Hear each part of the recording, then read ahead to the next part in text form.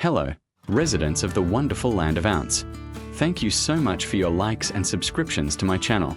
Today, let's dive into history and take a look at Marvellous Melbourne, Queen City of the South, 1910, one of the oldest surviving documentary films of Australia. In 1910, when Australia was still establishing itself as a young federation had taken place just 9 years earlier in 1901, Melbourne remained the temporary capital of the country. It was during this period that the film Marvellous Melbourne, Queen City of the South, translated as Wonderful Melbourne, Queen of the South, appeared. Today, it is considered the oldest surviving complete documentary film about Melbourne and one of the earliest examples of Australian documentary cinema. History of creation and director, the film was directed by Charles Cozens Spencer, a prominent figure in early Australian cinema. Spencer was a director, producer, and distributor, best known for his bushranger films, stories about Australian outlaws, such as Robbery Under Arms, Captain Midnight, The Bush King, and others.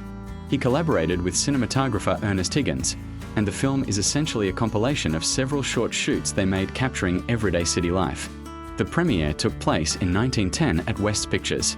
Spencer tragically ended his life in 1930 in Canada, but his contribution to early Australian cinema remained significant.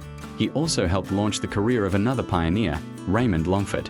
What the film is about this is a silent black and white documentary consisting of approximately 15 scenes and static shots, separated by intertitles, text cards.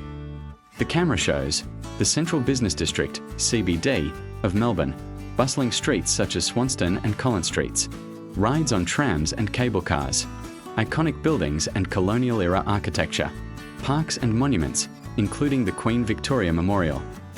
Everyday life, people on the streets, recreational activities, walks, relaxing in parks. The style is reminiscent of the Lumiere brothers' films, simple yet captivating observations of urban life with no stage scenes.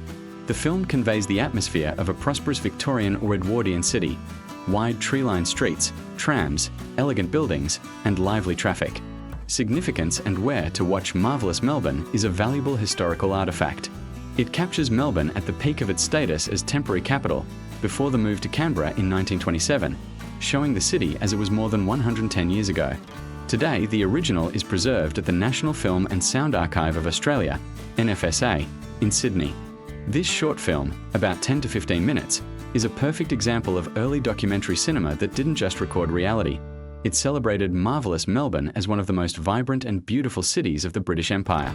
For anyone fascinated by Australian history, the colonial period, or vintage photographs, this is a genuine time machine.